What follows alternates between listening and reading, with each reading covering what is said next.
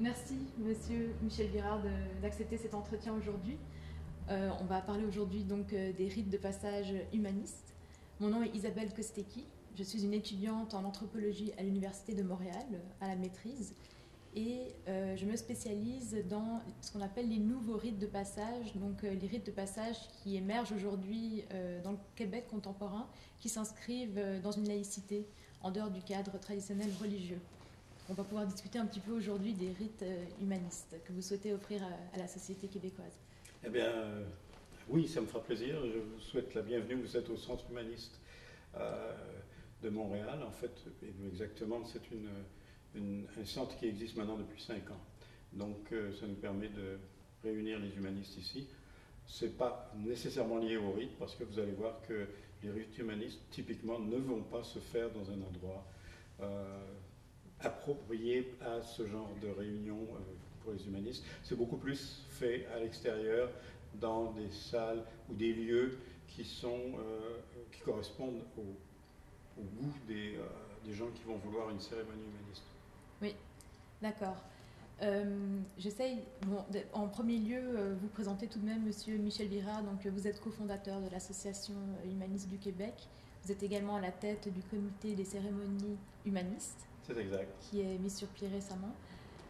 Pouvez-vous brièvement nous expliquer déjà l'historique de votre fondation et sa mission en quelques mots? Alors, l'historique, nous avons créé à la fois la Fondation humaniste du Québec et l'Association humaniste du Québec en 2004 et 2005, donc ça fait une dizaine d'années.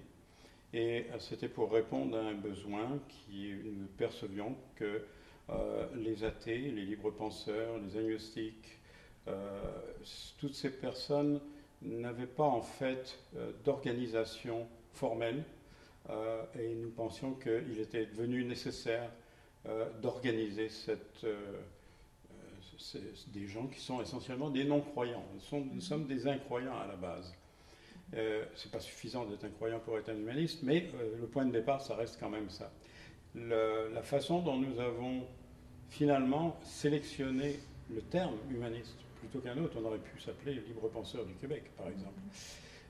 C'était parce que les associations humanistes existaient déjà sur la planète. Il existe des organisations, en fait, ce qu'on appelle l'humanisme séculier moderne existe, disons, depuis les années 30. Donc, vous parlez, en 1930, les premiers manifestes humanistes apparaissent, les premières organisations. Vous avez des organisations qui sont apparues, par exemple, aux États-Unis. Il y a eu une association humaniste à New York qui s'est créée juste à la fin de la Deuxième Guerre mondiale. Et je vous signale que Albert Einstein en était un des conseillers. Donc souvent ce sont des gens qui étaient des intellectuels. Vous allez trouver des noms célèbres en philosophie ou en sciences qui ont été actifs dans les mouvements humanistes. Mais ce n'est pas la seule chose. Il y a dans tous ces pays, que ce soit la Norvège, la Finlande, la Belgique, la Hollande. La Hollande est un pays où il y a une tradition humaniste déjà maintenant bien établie depuis un bout de temps. C'est d'ailleurs en fait le seul pays qui a littéralement une université humaniste. Donc ça existe aussi ça. En Angleterre, en Écosse, vous allez trouver aussi des humanistes. Aux États-Unis également. Dans tous les États pratiquement, vous allez trouver des organisations humanistes. Au Canada, nous avions déjà des humanistes dans la partie anglophone, en Ontario et en Colombie-Britannique. En Colombie-Britannique, il y avait une grosse proportion des humanistes au Canada. Donc au Québec, il y avait eu quelque chose. Ça, c'est une particularité de notre histoire nationale, c'est que le premier mouvement humaniste au Canada a été créé en 60. En fait, dans les années 50, il y avait un mouvement qui s'appelait pas humanisme, mais qui était le précurseur du mouvement humaniste. Et en 68, c'est devenu un mouvement humaniste, the Humanist Association of Canada, dont, devinez qui était le président, le docteur Henry Morgentaler. Donc, vous voyez aussi, ce sont souvent des gens qui sont des personnalités connues qui ont touché à l'humanisme, qui ont lancé l'humanisme, et en particulier au Québec. Alors pourquoi cette association, qui est au départ en fait anglophone, elle elle est partie vers l'ouest au moment de l'émigration d'un certain nombre d'anglophones. Le résultat net, c'est qu'on retrouve l'association, la Humanist Association of Canada existe toujours, et j'en suis d'ailleurs un des administrateurs, entre autres. Mais elle est essentiellement basée à Ottawa, oui, alors qu'elle était née à Montréal. Donc, chez les francophones, il y a eu différents mouvements. Vous avez eu le mouvement laïque québécois, vous avez eu des mouvements qui sont mais qui n'étaient pas formellement incroyants, formellement athées, comme on pouvait l'être dans une association comme nous. Donc c'est ce que nous voulions faire, et nous avons créé cette association, qui est une association francophone aussi. Nous n'avons pas de section anglophone, si vous voulez. Et ce n'est pas non plus une organisation bilingue. C'est une organisation francophone pour les Québécois. Et elle a été fondée en quelle année? Alors c'était en juin 2005. L'association a été créée. Elle a été créée en fait sur le boulevard Saint-Joseph, mais un petit peu plus loin. C'était dans l'appartement du fondateur, l'un des fondateurs, qui était Bernard Cloutier. Et nous avions un troisième cofondateur qui était quelqu'un que vous connaissez peut-être, Normand Baillargeon. Voilà. Vous dites que votre association a pour but de réunir des gens qui sont incroyants. Oui. Certains vous répondront qu'on a tous des croyances. Oui, moi ça c'est un argument facile. Mais en fait, oui, les croyances, si vous voulez, on ne prétend pas que nous soyons sans croyances. Mais nous sommes sans croyances religieuses, je précise. Donc il faut préciser à quoi. C'est-à-dire que nous avons, et c'est l'article premier de notre charte, c'est que nous rejetons toute forme de surnaturel. Oui. Donc ce naturel, c'est vaste. Enfin, c'est pas seulement un Dieu unique ou des dieux, ça peut être bien des choses. Nous rejetons le chamanisme aussi, nous rejetons bien d'autres choses aussi, qui font appel à ce qu'on appelle, nous, du surnaturel. Si vous me dites l'âme existe après le décès d'une personne, je dirais que c'est une croyance surnaturelle, en surnaturel. Il n'y a aucune preuve naturelle que nous avons de cette chose. C'est ça, empiriquement on ne peut pas l'observer, on ne peut pas le valider. Voilà.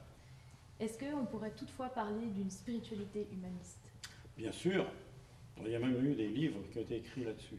Je vous recommande en particulier celui d'André Comte-Sponville, qui est un philosophe français qui a écrit L'esprit de l'athéisme, et dans lequel il parle de la spiritualité athée, spiritualité humaniste. Et oui, des choses qui paraissent être des expériences religieuses existent chez les athées. Ce qui est évidemment, ça paraît bizarre, mais oui, le sentiment, ce qu'on a appelé, Freud a appelé en fait le sentiment océanique,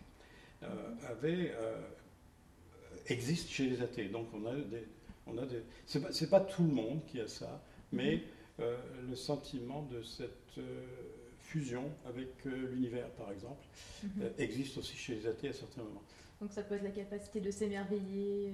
Il y a ça aussi, il y a toutes les dimensions de la spiritualité. J'ai écrit un article d'ailleurs sur la spiritualité des athées, qui a été publié dans une revue religieuse. Et en tout cas, il existe au Québec cette petite revue qui est publiée, qui est sur la spiritualité, et il m'avait demandé un article sur la spiritualité athée. J'ai écrit un article et il était publié. C'est intéressant. Oui.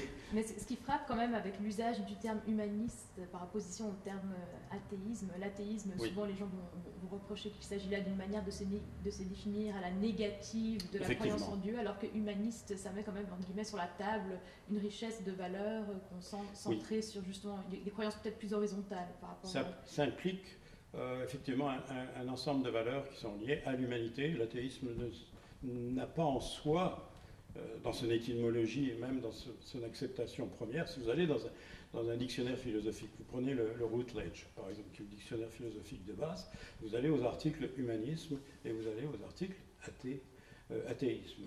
Et vous voyez que les définitions sont différentes. En fait, parce que l'athéisme, c'est l'absence d'une croyance en des divinités, point. C'est ce qu'on appelle une position sur un point précis. Tandis que l'humanisme est beaucoup plus vaste, puisqu'on parle à ce moment-là d'une philosophie, d'un point de vue philosophique qui englobe beaucoup d'autres choses que le simple athéisme. Donc oui, l'humanisme, c'est notre dispute permanente avec les athées qui ne veulent surtout pas être appelés humanistes. Il y en a, ça existe. Mais c'est ce point-là, c'est que on va trouver, il y a des associations athées aux États-Unis, il y a des associations humanistes aux États-Unis. Mais nous prétendons avoir une vision plus large que le simple athéisme. Alors, ce qu'on s'aperçoit, c'est qu'il y a des athées qui, en fait, reprennent des principes de l'humanisme et en font des principes de l'athéisme. C'est assez curieux, mais c'est ce qu'on voit actuellement. Tout pour ne pas s'appeler humaniste. Pourquoi? Parce que le terme humaniste a été galvaudé, en particulier en Europe, en 19e siècle et au début du 20e siècle. Il a été utilisé à tort par des mouvements qui étaient sectaires, en fait, alors que l'humanisme, par définition, n'est pas sectaire. Donc, c'est pas il y a eu cette confusion sur le terme. Il y a toute une histoire du terme humanisme qui existe. Je suis en train d'écrire, d'ailleurs, un document sur cette histoire qu'est-ce qu'a voulu dire le mot humanisme à travers les âges. On ne le voit pas apparaître avant le milieu du XVIIIe siècle, en fait, comme dans une acceptation différente de l'humanisme de la Renaissance. Et étant donné que justement l'humanisme est capable de proposer certains types de valeurs, un certain peut-être cadre ou certains principes de vie, est-ce que ça vient répondre à un besoin que peuvent avoir les gens, un besoin peut-être universel, d'avoir justement une spiritualité ou quelque chose? Oui, il faut si on retourne aux racines de l'humanisme moderne, je parle de cette période entre les deux guerres, en fait, 1920-1930, vous avez des gens, des humanistes américains en particulier, qui vont se poser, et anglais, qui vont se poser la question, mais en fait, les religions ne sont plus une position tenable pour la plupart des philosophes, déjà à cette époque. Bon. Mais ce grand vide, qui est l'abandon des religions, devra être comblé parce que l'animal humain a un certain nombre de besoins qui ne sont pas remplis par l'absence de religion. Donc, à cause de ça, et c'était dans le premier manifeste, l'humanisme se veut un remplacement des religions. Ça n'a pas été repris dans les autres manifestes par la suite. C'est assez curieux, tous les 10, 15, 20 ans, il y a un manifeste humaniste qui apparaît. Mais il était là au point de départ. Et je pense qu'il est sous-jacent. C'est très clair que nous sommes là pour éviter que les gens tombent dans la religion. C'est-à-dire tombent dans cette crédulité maladive qui leur fait faire des choses absolument abominables si on leur demande de faire des choses abominables. Je pense que personnellement, moi j'ai voulu faire quelque chose après 2001. Et j'ai commencé avec les Bright, mais c'est 2001 qui m'a dit, mais attention, là, on ne peut plus, nous, les athées de la Terre, on ne peut plus laisser le terrain libre à ces fous. Parce qu'ils vont avoir des moyens, mais absolument épouvantables, de faire des dégâts. Jusqu'à présent, ils étaient limités dans leur capacité de nuire, mais maintenant, ils peuvent être excessivement dangereux. Et on l'a vu avec l'effondrement des tours de New York. Absolument. C'est sûr que c'est une thématique qui revient constamment, le fondamentalisme religieux. Quelque chose d'autre dont on parle moins, vous l'avez mentionné tantôt, c'est ce vide qu'a laissé le retrait de la religion, ou plutôt les personnes qui se sont distanciées de la religion. Voilà, à partir de la Révolution tranquille au Québec, oui. Tout le monde a eu ce mouvement de fuite vers l'avant.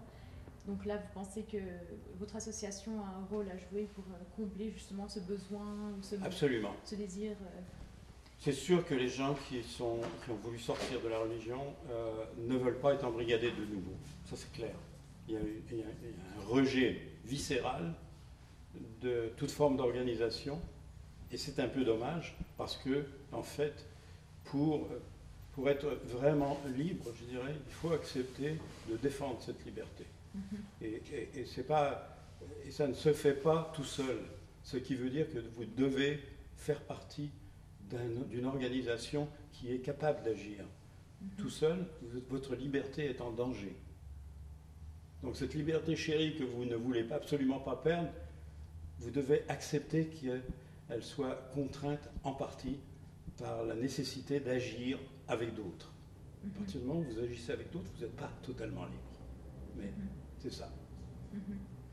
Et maintenant, si on revient vers nos sujets de discussion, au sujet des cérémonies et des rites de passage, donc pouvez-vous expliquer comment vous est venu ce projet ou cette envie de pouvoir offrir justement à la société québécoise des nouveaux types de rites de passage, des nouveaux types de cérémonies? C'était dès le départ. On a eu plusieurs personnes à l'association humaniste qui ont dit mais ça nous prend des cérémonies. Et on était encore un petit peu vert, si vous voulez, sur le sujet. On n'était pas encore très habitué à ce genre de choses, surtout dans les pays latins, où les athées, typiquement, ne font pas grand-chose de ce côté-là. Mais en cherchant bien, on avait trouvé que les humanistes, justement, avaient cette capacité de fournir des rites de passage, donc des célébrants. Donc on a découvert tout un monde, et qui existait déjà depuis un bout de temps, mais qui n'était pas nécessairement reconnu dans les différentes juridictions. Même en 2005, vous ne pouviez pas faire un mariage reconnu en Norvège, alors qu'ils avaient des organisations humanistes reconnues depuis longtemps. Donc on voyait qu'il existait déjà d'abord un désir dans les populations de vouloir avoir des cérémoniels qui soient avec une grande signification, mais qui ne soient pas religieuses. Donc ça contredit un petit peu une vision communément admise que les rituels, les cérémonies sont obligatoirement du domaine du religieux. Que Exactement. Si on veut sortir du domaine du religieux, c'est comme si on devait laisser derrière nous tout cet apanage. Pourquoi pensez-vous que c'est important d'offrir à des gens des cérémonies qui soient justement pas religieuses?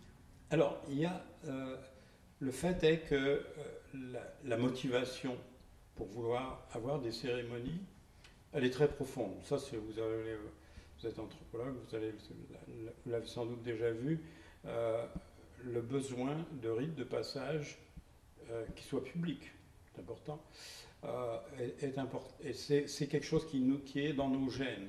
Alors on peut prétendre qu'on n'en a pas besoin, puis dire non, non, surtout pas, mais en fait, on s'aperçoit que c'est un désir profond qui refait surface à d'autres occasions et qui, s'il est justement pas rempli par quelque chose comme ce que offrent les humanismes, c'est-à-dire des cérémonies qui sont sensées, qui ne sont pas déraisonnables, qui ne sont pas absurdes comme dans certains cas, et que nous pouvons satisfaire ce besoin. Je pense que c'est une chose positive d'offrir à la population cette capacité d'avoir des cérémonies. Alors, ce n'est pas tous les humanistes qui vont vouloir, par exemple, avoir une cérémonie de mariage humaniste.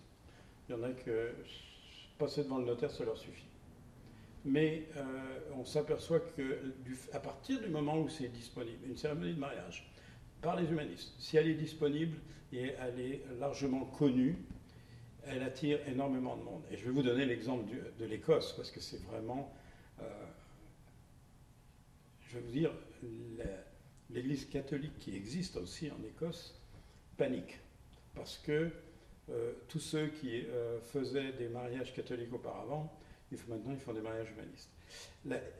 Le nombre de mariages humanistes qui sont pratiqués maintenant en Écosse, il n'y a que l'Église d'Écosse qui en fait plus que les humanistes. Toutes les autres églises, y compris l'Église catholique, en font moins par an maintenant que les humanistes d'Écosse. Alors ça correspond à quoi ça? Pourquoi tout d'un coup ça devient... Et n'oubliez pas que ça ne fait que moins de 10 ans que les Écossais ont le droit de faire des mariages humanistes. Donc là, la question s'impose on a deux choix, soit retourner dans sa religion, dans la religion dans laquelle on a été élevé, de laquelle on s'est distancié, souvent les gens vont percevoir ce choix-là comme un choix hypocrite. Oui. L'autre option, c'est d'aller avec un représentant d'une municipalité, un maire dans un hôtel de ville, faire une cérémonie qui va souvent être considérée comme un peu plate, un peu aride. Donc qu'est-ce que la cérémonie humaniste, qu'est-ce que vous offrez de plus? Typiquement, d'abord, il n'y a pas, déjà au départ, le lieu où a lieu la cérémonie. Dans le cas du mariage, c'est vrai aussi pour les autres, le lieu où a lieu la cérémonie n'est pas défini par le célébrant humaniste.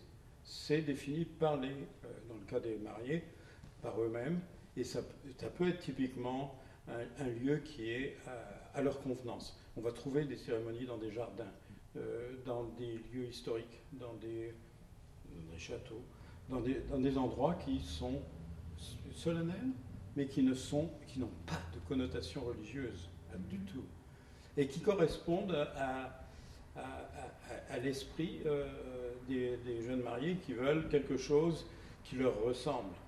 Donc on a de très belles cérémonies, je peux vous assurer, et surtout qui ont l'air beaucoup plus authentiques que les cérémonies classiques auxquelles on est habitué, en particulier avec le catholicisme par exemple. Vous avez parlé tantôt de ces cérémonies que vous jugez absurdes ou sans sens. Ouais. Donc comment faites-vous pour substituer et inventer, créer de nouveaux gestes rituels qui soient justement emplis de sens et authentiques? Il y a deux parties. En fait, il y a une partie qui est définie par le célébrant avec les futurs mariés, par exemple, et qui va consister en des textes, en des musiques, en des gestes qui vont être déterminés à l'avance et qui vont être significatifs pour ces gens-là. Il peut y avoir toutes sortes de gestes qui ont une signification pour ces gens-là ou leur propre clan, si vous voulez. Ça peut avoir une signification à l'intérieur du clan.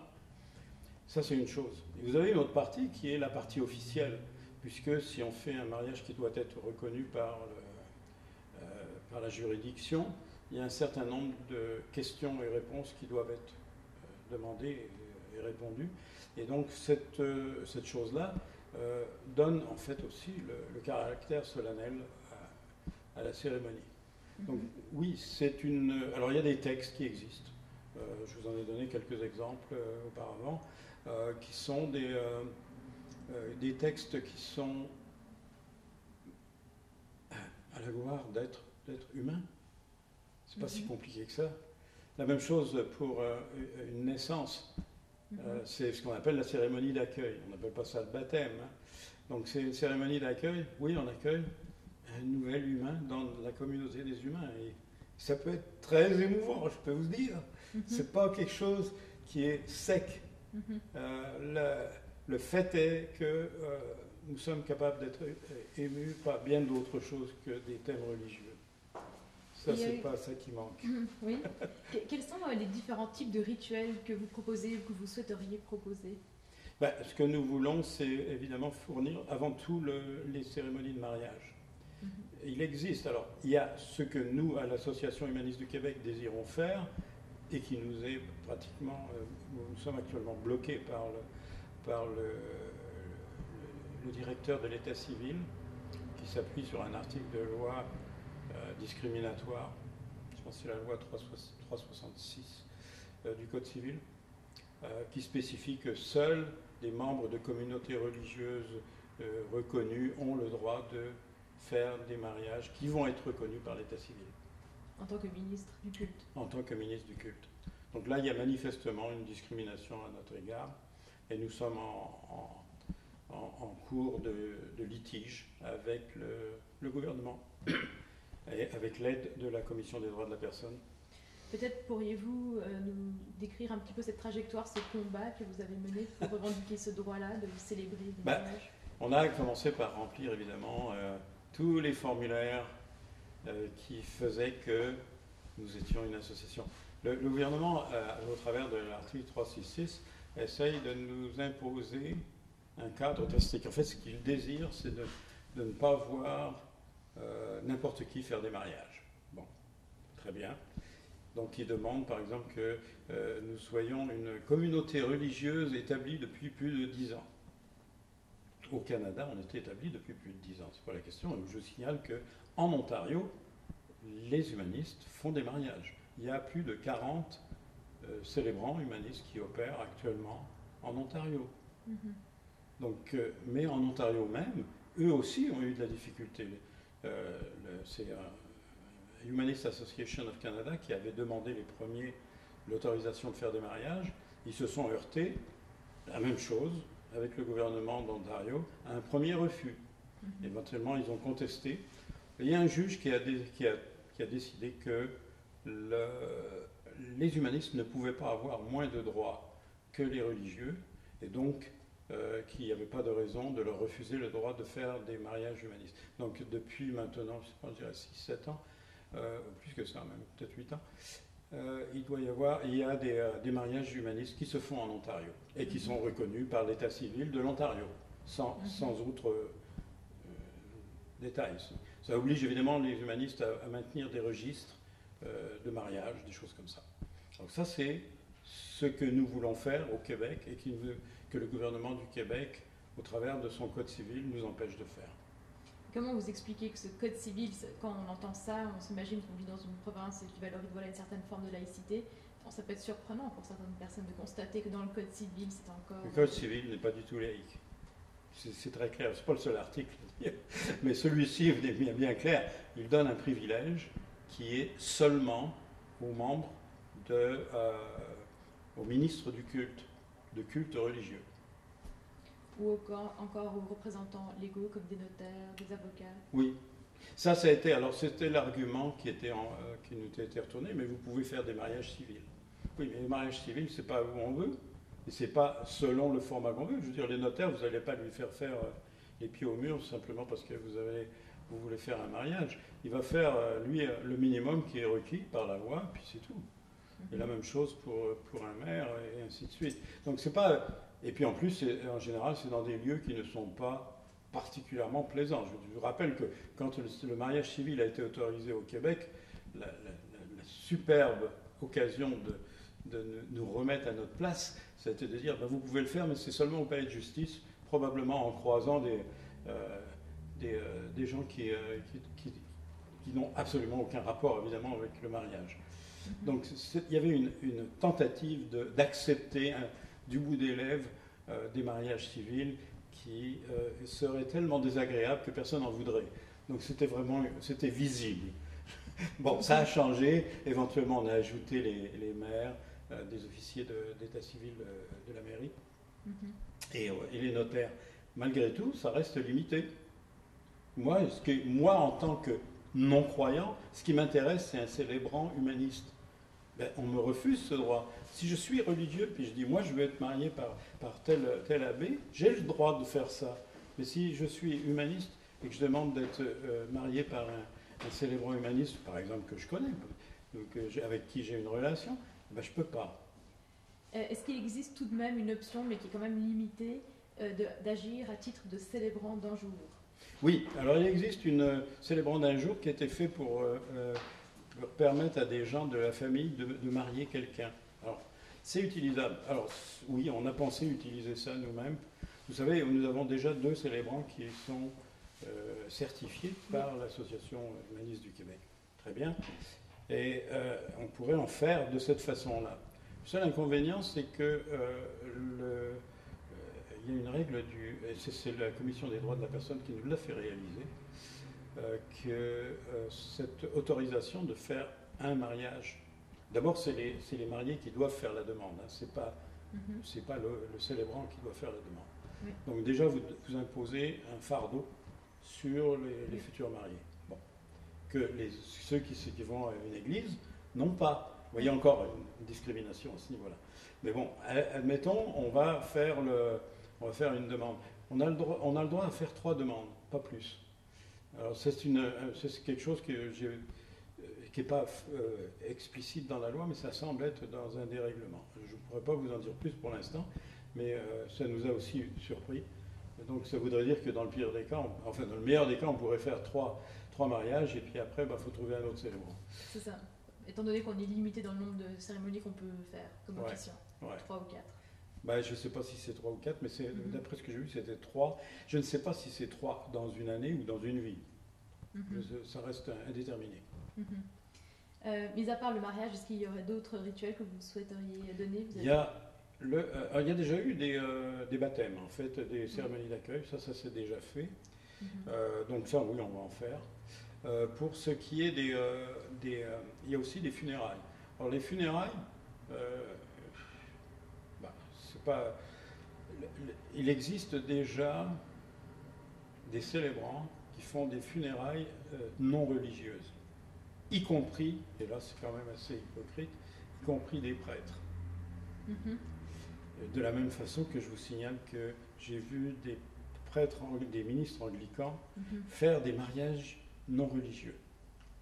Donc là, il y a aussi quelque chose qui, je dirais, qui n'est pas très honnête dans cette approche. Pensez-vous qu'on peut parler de marché du rite pour lequel Oui, il y aurait il en une existe demande? parce qu'il existe même au Québec, il existe actuellement des gens qui font des mariages non religieux, mais qui en fait se sont déclarés comme faisant une religion.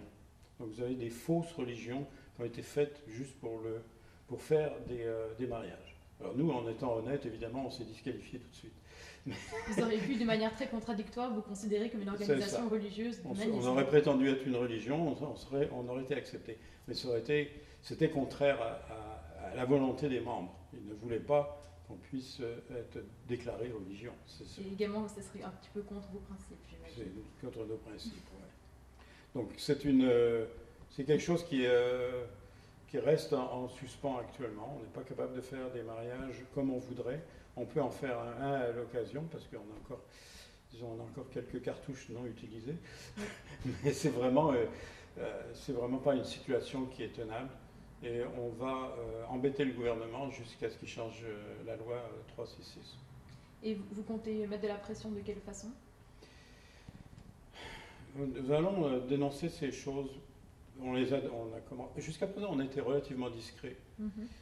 On va voir comment la réponse que la question de la commission des droits de la personne pose actuellement une question à envoyer, en fait, Mhm.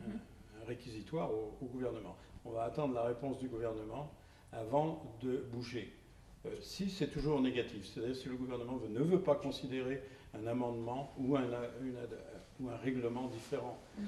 pour nous permettre des mariages, à ce moment-là, on ira sur la place publique et on demandera à la population de dire si oui ou non il s'agit de discrimination Oui. contre les gens qui n'ont pas de religion. Et j'imagine d'aller chercher le soutien d'un grand nombre de citoyens à travers des pétitions, Oui. ce type d'action. N'oubliez pas, on a accès aussi à un certain nombre nous faisons partie du Rassemblement pour la laïcité. Oui. Le Rassemblement pour la laïcité, actuellement, dispose de 62 000 adresses courriels qui ne sont pas utilisées. Mais ça pourrait être une occasion de les utiliser. Intéressant. J'ai vu aussi dans un des documents que vous m'avez donné, là vous parliez de différents types de rituels auxquels on n'a pas l'habitude. Par exemple, des rituels d'adieu, de fin de maladie. Ah, ça c'est plus... à l'association, on n'en a pas vraiment parlé encore.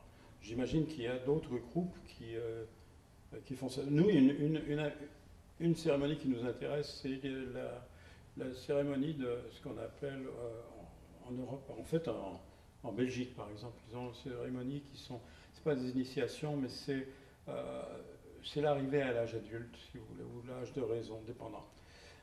Et ça, c'est des cérémonies qui nous paraissent, ça correspond en fait à la bar mitzvah chez les Donc Juifs. c'est des cérémonies d'initiation à l'âge adulte. Ouais.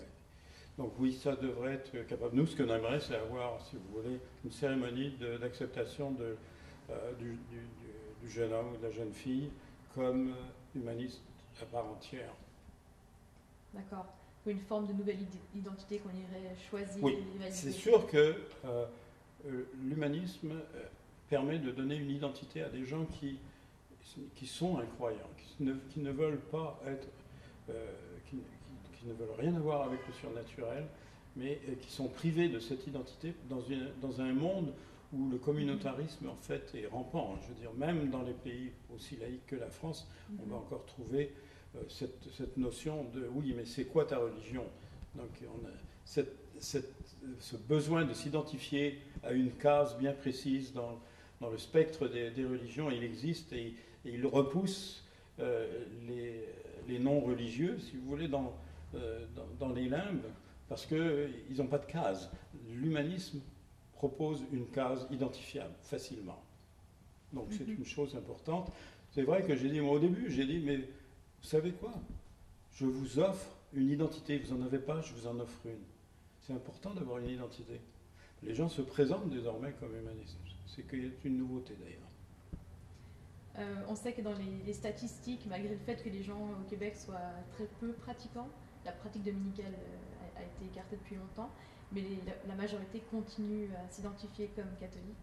Et seulement une petite minorité, on parle d'autour de 10-15% qui s'identifient comme athées. Est-ce que l'humanisme est mis dans la même catégorie actuellement dans les recensements? C'est pire que l'athée. Le terme athée est assez connu, mais l'humaniste, ça reste encore très vague. Et c'est sûr qu'on est un minuscule pourcentage actuellement. Mais par contre, on est aussi les seuls qui sont athées, qui sont vraiment organisés. Si vous cherchez une organisation athée au Québec, avec une capacité, si vous voulez, de remplir des salles, une capacité de percer le mur d'indifférence des médias, c'est chez les humanistes que vous allez la trouver. Ce que je trouve intéressant, c'est que justement là, on parle de ces Québécois qui sont distanciés du catholicisme, qui ne veulent pas forcément retourner dans leur église pour célébrer les grands moments de la vie. Ils vont peut-être moins faire baptiser leurs enfants et encore moins se marier à l'église. Donc malgré le fait qu'ils n'iraient peut-être pas s'identifier dans une nouvelle case, comme vous dites, de l'humanisme, quand même, les rituels humanistes pourraient être pour eux pertinents. C'est ce qu'on constate en Ontario, parce que maintenant on a l'expérience en fait du terrain. Qu'est-ce qui se passe en Ontario? Les gens qui viennent pour se faire marier chez les humanistes, c'est qui? Est-ce que c'est des humanistes? A priori, il y en a très peu, il y en a trop peu en fait. Donc c'est pas eux qui viennent. Ce qui viennent, ce sont des gens par exemple qui sont de deux traditions religieuses différentes. Et donc, c'est un terrain neutre, l'humanisme étant un terrain neutre pour réunir des familles qui vont être de traditions religieuses très différentes. Donc ça c'est un des gros points. Le fait est qu'à tous ces gens qui viennent à une cérémonie de mariage humaniste en Ontario, ils vont être exposés à un humaniste pour la première fois de leur vie, la plupart du temps. C'est le célébrant. Et le célébrant va aussi automatiquement donner un an d'abonnement à l'Association humaniste du Canada parce qu'ils ne sont généralement pas déjà membres humanistes. Donc il y a cet aspect de recrutement, oui. On voit que c'est très efficace, en particulier en Écosse. C'est le moyen de faire en sorte que les gens disent « Ah oui, mais ça existe, il faut les soutenir » et ainsi de suite. Ouais. Offrir des rituels, c'est pas à la portée de tous. Ça prend quand même une certaine expertise, une certaine disposition pour célébrer des cérémonies qui encadrent des moments si importants de la vie des gens. Comment faites-vous pour pouvoir offrir ça? Êtes-vous allé chercher une expertise quelque part? D'abord, on est allé chercher l'expertise, nous, de l'Ontario. Donc, on est allé, tous les ans, les célébrants, en anglais on dit les officiants, les célébrants humanistes se réunissent, ils ont, comme on dit, des mises à jour. Ils sont là pour 2 jours et ils doivent, en fait, discuter de leur métier, si on peut dire. Oui. Quoique pour la plupart, ce n'est pas leur métier principal. Ce sont presque tous, si vous voulez, des gens qui font ça en plus de leur métier. Il y en a qui font beaucoup de mariages humanistes dans une année, il y en a qui en font très peu, il y en a qui en font 4 ou 5, 10, 15. Et j'ai un exemple qui, lui, il en fait 100 par an. Donc c'est vraiment... Mais malgré tout, ce n'est pas son métier principal. Son métier principal, c'est que souvent, c'est des psychologues et des conseillers, des médiateurs. Des gens qui font de la médiation. J'en connais plusieurs qui font des mariages humanistes. Ça va ensemble.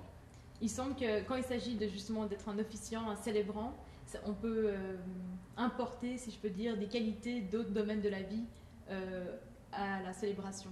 Oui. Les meneurs de rite vont justement, par exemple, la relation d'aide, la qualité de présence, Oui. la capacité d'animation, de facilité, de guider les gens, tout ça, c'est des qualités qui vont permettre de faire des cérémonies réussies. Oui, c'est des gens qui ont un profil généralement vers la psychologie et vers l'aide déjà. Donc souvent des gens qui ont une expérience de l'aide à autrui. Oui. Alors, on arrive au bout de notre discussion. Je sais pas, est-ce qu'on a oublié quelque chose? Qu'est-ce qu'on peut... Je vous ai parlé de... Moi, peut-être quelque chose que j'aimerais bien peut-être mieux comprendre, c'est la dimension spirituelle humaniste dans le rituel. Comment dans le rituel. Vous verriez pour l'amener? Et il faut peut-être assister à une cérémonie humaniste pour le saisir. Évidemment, un rituel, c'est un show. Lorsque vous organisez un mariage, des funérailles, un baptême, vous organisez un show. Et là aussi, il y a une expérience qui est importante, c'est l'expérience du show business. Parce que c'est l'expérience d'avoir monté des événements, monté des choses qui vont demander. Il y a une succession de choses qui vont se faire et qui vont amener, que vous espérez qu'ils vont émouvoir l'audience. Quand vous êtes dans le show business, vous voulez émouvoir l'audience. Et vous allez l'émouvoir avec certaines choses qui vont être des éléments que vous allez tirer de ce que vous pensez être le vécu des gens qui sont en face de vous et ce qui est l'événement lui-même. Vous allez créer des relations. Chaque célébrant est différent. Oui. Ils sont en concurrence aussi les uns avec les autres. Chacun a son style, j'imagine. Oui, et ils ont chacun leur style, oui. Mais ce qu'on retrouve beaucoup, c'est la personnalisation de la cérémonie, comme vous venez de le dire. Ça, oui. Et donc, vous avez parlé du fait qu'on peut utiliser certains textes qui vont justement souligner qu'est-ce qu'on vient célébrer. Donc, oui. C'est des valeurs humaines. C'est des valeurs humaines. Si vous parlez du mariage, automatiquement, vous allez parler de l'amour. C'est certain que vous ne pouvez pas faire autrement que de parler de l'amour des gens. Vous pouvez parler connaissant évidemment les personnes, vous allez pouvoir développer sur un point particulier de leur vie commune jusqu'à présent, ou de leur vie commune à venir, parce qu'ils vous auront fourni quand même un minimum d'informations auparavant. Donc, il y a possibilité de faire des choses avec ça. Chaque show est unique, dans le fond. À la différence de ce que j'ai vu à l'église, où c'est dire littéralement vous tournez la manivelle et puis c'est toujours la même chose. Un mariage humaniste, il n'y a pas de mariage humaniste identique. Donc on ne tombe pas dans l'automatisme, dans le rythme qui est répétition de gestes sanctionnés. Il n'y a pas de geste particulier, sauf le passer l'alliance. Oui, c'est un geste qu'on va retrouver. Oui. C'est vraiment le noyau dur, le minimum qui va être commun à toutes ces cérémonies. Le reste peut être très différent. C'est ça, parce que si on se demande à quoi ressemble un mariage humaniste, est-ce que ce serait calqué sur un canevas similaire au mariage traditionnel avec entrée de la mariée avec le père, marche jusqu'à l'autel? En général, je vais vous dire tout de suite un détail, par exemple, c'est que les nouvelles générations étant beaucoup plus féministes, le fait que la mariée est amenée par son père, ce qui m'est arrivé à moi il y a déjà fort longtemps, ce n'est plus de mise. Donc vous allez... les mariés vont se présenter différemment. Alors, il y a toutes sortes de variantes sur ça, mais c'est sûr qu'on ne reprendra pas cet assujettissement officiel de la femme à un homme, que ce soit le père. C'est le père qui passe à son gendre le contrôle de l'épouse. Non, c'est pas le style des humanistes. Ça peut arriver parce qu'on est ouvert. Si quelqu'un veut que ça se fasse comme ça se fera comme ça. Mais ce n'est pas le cas en général. Donc, si je comprends bien, le célébrant humaniste va travailler en collaboration avec les personnes qui veulent la cérémonie pour créer quelque chose à leur image et inventer et réinventer les possibilités. Ils vont inventer un rite qui va être le leur, qui va être unique. Et en fait, je pense que c'est désirable. En fait, c'est mémorable aussi, dans la mesure où ça va marquer l'audience. L'audience va dire « Ah ben tiens, ils ont fait quelque chose qui était intéressant ». Donc c'est quelque chose qui sort généralement de l'ordinaire, oui. Donc à ce moment-là, avoir une cérémonie humaniste, ça peut devenir une façon de prendre le contrôle sur sa vie, exprimer donner à voir, exprimer quelque chose de soi, de son rapport à l'autre, s'il s'agit d'un mariage, de sa vision de la vie, de sa vision du mariage. Absolument. Les mariés sont en fait ceux qui sont les vrais célébrants, si vous voulez. Le célébrant humaniste, il est là pour guider le déroulement de l'opération, mais ce sont à la différence du mariage à l'église où le prêtre ou le ministre consent à vous bénir, si vous voulez. De sa posture autoritaire. D'une posture très autoritaire, oui, on vous permet. Non, c'est quelque chose qui est d'un style très différent. Donc, le célébrant humaniste est là pour faciliter, si vous voulez, la cérémonie telle qu'elle est voulue par les mariés dans ce cas-là. Ouais. Donc, il y a aussi la célébration de l'individualité de chacun. Oui. Mais là, il y a quand même à vouloir inventer une nouvelle tradition, réinventer des gestes rituels.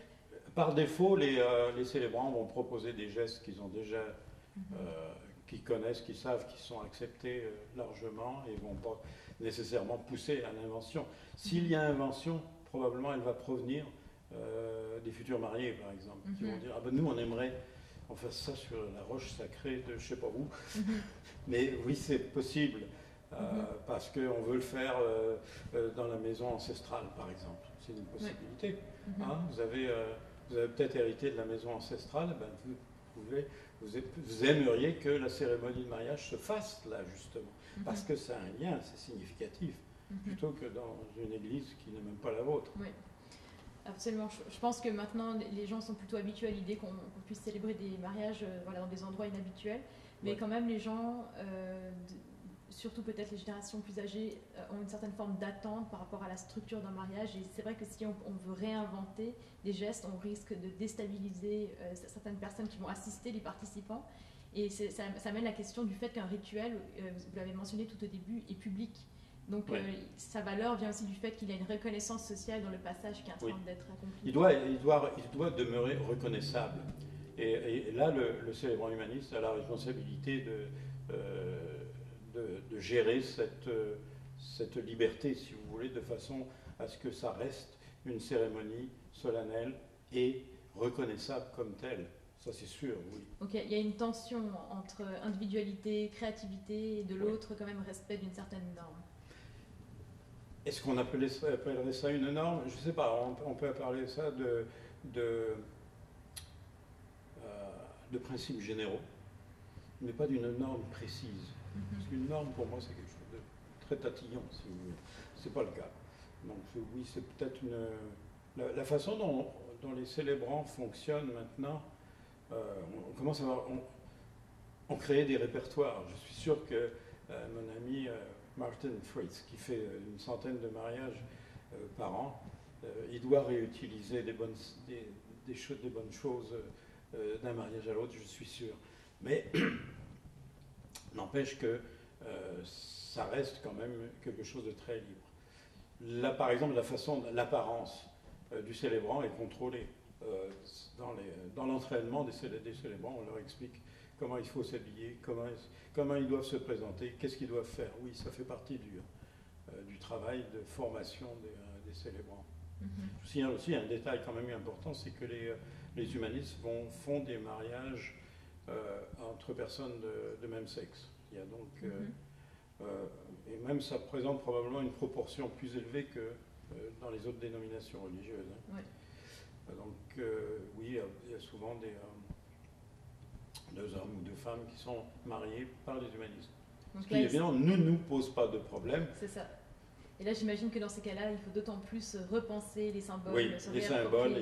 Il faut créer un rite à ce niveau-là parce que ce n'est pas encore très établi. Oui. Ouais. Vous avez un beau projet qui, j'espère, va être amené à croître à mesure que les gens vont se tourner vers... Je pense que je ne vois pas pourquoi les Québécois seraient moins intéressés dans le mariage humaniste que peuvent l'être les Ontariens maintenant. La plupart des gens ne savent même pas que c'est disponible. En fait, on est disponible. Si vous voulez un mariage humaniste le mois prochain, je peux vous faire un mariage humaniste le mois prochain. Ce sera un petit peu plus compliqué que ce que j'aimerais, mais ça va se faire. Voilà. Merci beaucoup, Monsieur Bérard. Merci Isabelle. Au plaisir.